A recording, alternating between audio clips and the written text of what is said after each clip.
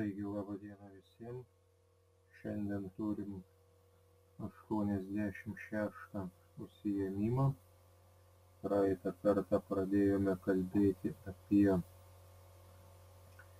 pokyčius Europoje. Šį kartą pratęsime. Pirmiausiai apie pažangą žemės ūkyje. Taigi XIX amžiaus pradžioje Europoje gyveno 20% visų žemės gyventojų. Nuo 1800 iki 1850 metų gyventojų padidėjo nuo 188 milijonų iki 267 milijonų. Tai yra 40%. Toks spartus gausėjimas nebūtų buvęs įmanomas, jei tų žmonių nebūtų buvę galima išmaitinti. Dar 18 amžiui valstiečių ūkis buvo natūrinis. Viską, ko reikėjo, valstietis gaminosi pats. Kepė duoną, augino gyvulius, verpė, audė. Pinigų tokiam valstiečiui reikėjo mažai, nes jis nedaug ką pirkdavo. Kita vertus ir parduoti ne ką teturėjo. Jautį, vištą, daržovių. Bet pirmiausiai olandai, po to anglai pradėjo tobulinti žemės ūkį. Stambūs žemės savininkai, norėdami gauti kuo didesnį pelną, išauginti kuo gausesnį derlių, įdiegė naujus darbo metodus. Ėmė auginti naujas technines kultūras, tai yra cukrinius runkelius, rapsą, bulves. Buvo tobulinama žemės ūkio technika. Nors kuliamoji mašina išrasta tik 1830 metais, o dar po 4 metų pjaunamoji. XIX amžiaus pradžioje pradėtos kurti didelės gyvulių fermos.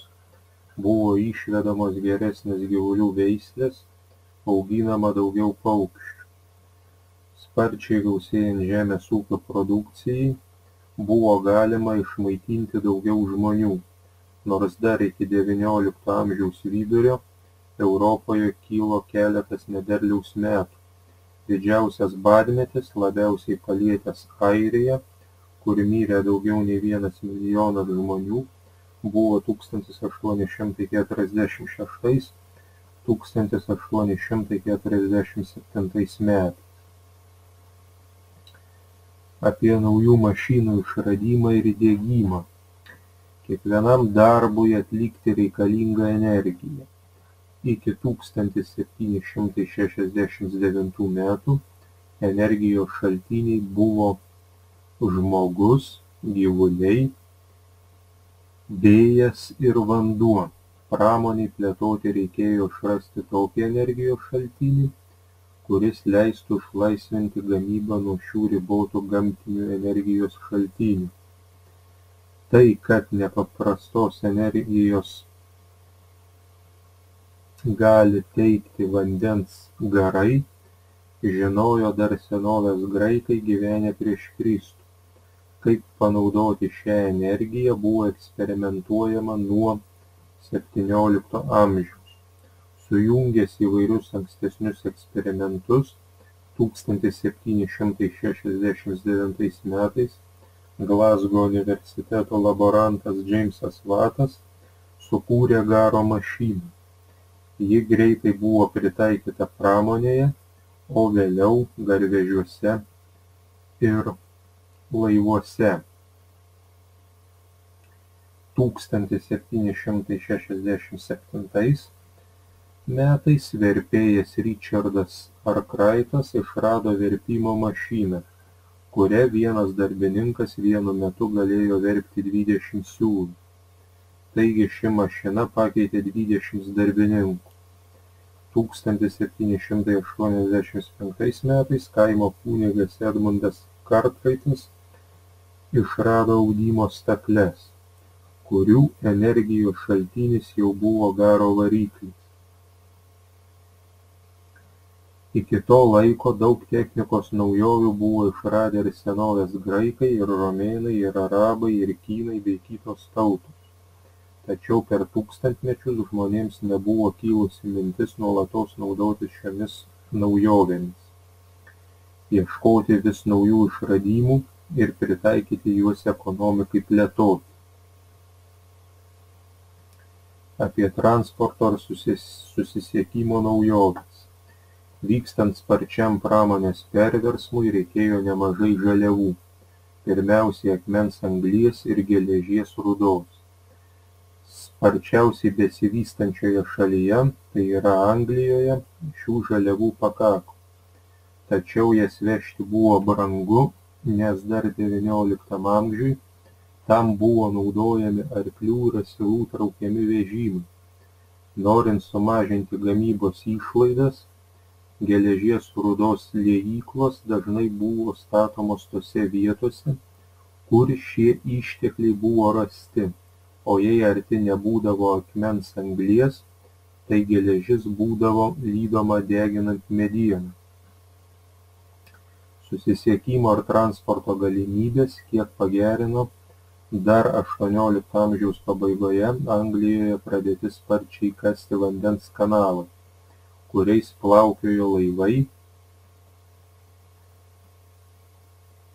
tempiami arklių. 1807 metais amerikietis Robertas Fultonas išrado garlaivį. Pramoniai plečiantis būtinai reikėjo išrasti tobulesnę transporto rūšį. Pirmąjį geležinkelį 1815 metais sukonstravo anglų inžinierius Džordžas Stephensonas, kilęs iš paprastos angliakasio šeimos. Tais metais jis sukonstravo pirmąjį garo varomą garvežį, o 1825 metais pagal jo projektą buvo nutiesta pirmoji geležinkelio linija. 1829 metais nuo Mančesterio iki Liverpulio buvo nutiestas geležinkelis. Garvežio greitis tuo metu siekė apie 46 km/h. Anglijoje bei kitose šalyse netrukus prasidėjo karštligiškas geležinkelių tiesimas. Geležinkelis pirmiausiai pasitarnavo kasybai.